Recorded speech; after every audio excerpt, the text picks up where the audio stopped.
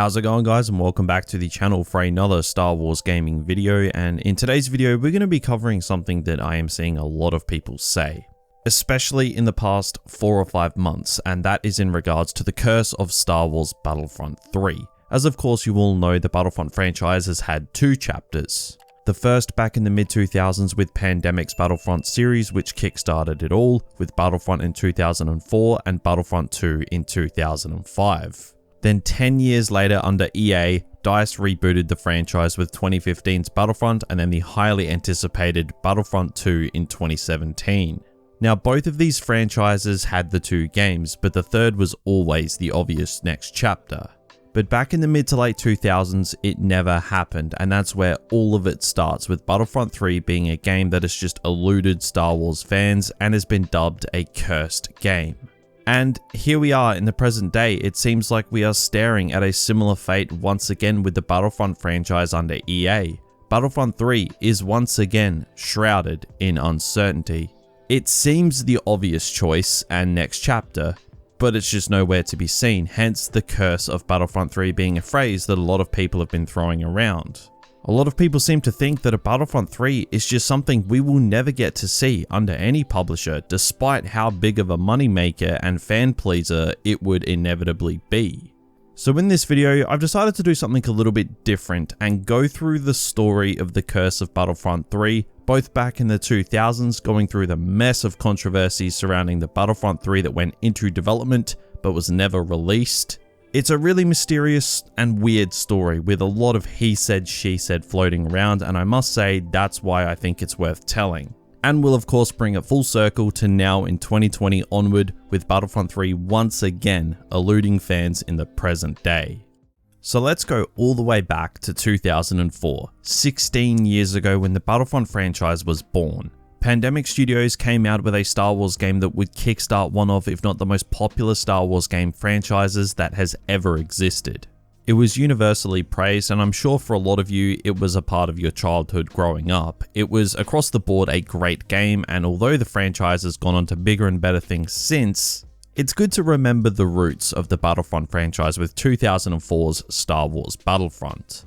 Now just 1 year later, Battlefront 2 was released in 2005, and for real though, was 2005 Star Wars' best year, or was it just me? Revenge of the Sith, Battlefront 2, Republic Commando, it's probably just me being the Clone Wars fanboy that I am, but anyway, Battlefront 2 was revolutionary. In 1 year, Pandemic Studios not only pumped out a sequel to an already great game, but managed to increase the content tenfold and expand the game in every sense of the word, all in 1 year. They managed to deliver what for a lot of people is one of, if not the best Star Wars game ever made, so naturally back then fans thought a Battlefront 3 would be on the way, and they were right. But they were also very wrong, and that's where the mess of the elusive Battlefront 3 begins. Because of the limitations of consoles during the time of Battlefront and Battlefront 2 in the mid-2000s, to a degree the game suffered. But with the launch of the next generation of video game consoles in late 2005 into 2006, it seemed like it was going to be a no-brainer to get this next Battlefront game out on the next-gen hardware, given the success of Battlefront 2 and the limitations the game faced due to the hardware. It's actually kind of crazy how these events mirror where we are today with the launch of next-generation consoles. The PS5s and Xbox One X's just launched, and a Battlefront 3 is on everyone's mind, and back then, the PS3 and Xbox 360 launched with Battlefront 3 on everyone's minds. It's legitimately like history is repeating itself. It's kind of freaky, to be honest, just how many similarities that there are.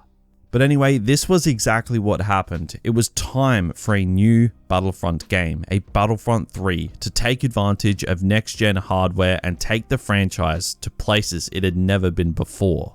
So secretly in 2006, Free Radical began development for a new Battlefront game that was going to be bigger and better than anything the Battlefront franchise had seen to date. Free Radical got really ambitious with their plans for this next Battlefront game, planning to do what most games hadn't even done before. Now, there has been a ton of leaked trailers and early build footage that has made its way onto the internet over the years, which showcase just how crazy this game could have been, and it's a shame that this game never saw the light of day because all you had to do was take a look at the gameplay, albeit incomplete. You can still get a grasp on just how big this game was going to be, and just how much of a step up it was from its predecessors. Not to discredit those games, they were just simply built on old-gen hardware. But Battlefront 3 was going to feature seamless space-to-ground combat, and that is still to this day arguably the #1 thing that Star Wars fans want to see in their Battlefront games. We thought that we were going to get it with DICE's Battlefront 2, but that never came to fruition. I guess the now previous generation of consoles and hardware just wasn't really capable of doing space-to-ground combat with modern graphics. Or they just cut corners to meet deadlines. I don't know. But anyway, you can tell from the idea of space-to-ground combat alone that this game was going to be damn interesting in terms of its capabilities in the Star Wars universe. Imagine this for a second. Fighting on a ground phase, jumping into a starfighter, seamlessly flying to an enemy ship above, whether it be in the atmosphere or in outer space, landing in the hangar, jumping out and taking the flight to the interiors of a ship. All seamless. No cutscene, nothing. Just freedom to roam and take the battle where you please. That's the Battlefront dream right there. When we see that, we've peaked. This Battlefront 3 had it. So it's a real shame to look back and remember that this game never saw the light of day, because it's still something that we're after as Star Wars Battlefront fans over 10 years later. So this game would have had it all. Space to ground, Star Wars battles bigger than anything we'd ever seen before, a fleshed out campaign. So what went wrong? Well, this is where it gets a little bit convoluted. The story goes that a former LucasArts employee went and basically spilled what was going on behind the scenes to a video game website known as Kotaku. He claimed that Free Radical were working on a Battlefront 3 which had been heavily in development and not far off completion, but the ambitious nature of the game ended up being a contributing factor to its demise. It ended up ballooning over budget, but it still remained, according to a source at Free Radical, that the game was around 99% completed, with just 2 weeks of bug testing remaining.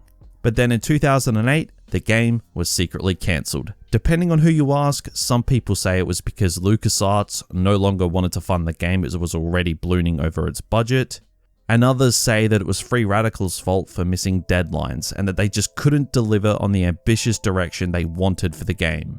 Both sides of the story seem plausible. Free Radical in the years that followed would be overtaken by Crytek. Then in 2014, Free Radical would no longer exist entirely, so they never really recovered from Battlefront 3. Now in the meantime, LucasArts turned to a new developer for Battlefront 3, Rebellion Developments. The idea was for Rebellion to take what they could from Free Radical's Battlefront game and salvage their own game out of it. Then 1 year later, Star Wars Battlefront Elite Squadron was released, a handheld systems game. And it had a hell of a lot of similarities to Free Radical's Battlefront 3.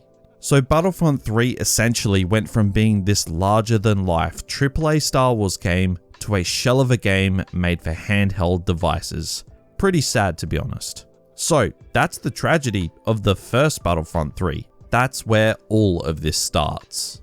But here we are in late 2020. DICE under EA have delivered 2 Battlefront installments just like the original 2 Battlefront titles. The first being the safer, lesser game of the 2, and then the second installment being the one that really kicked it up a notch.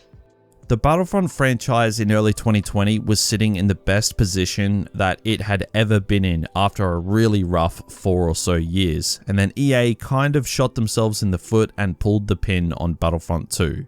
Leaving fans wondering, what is next? And that leaves us in the same position that Star Wars fans were in over a decade ago, right now.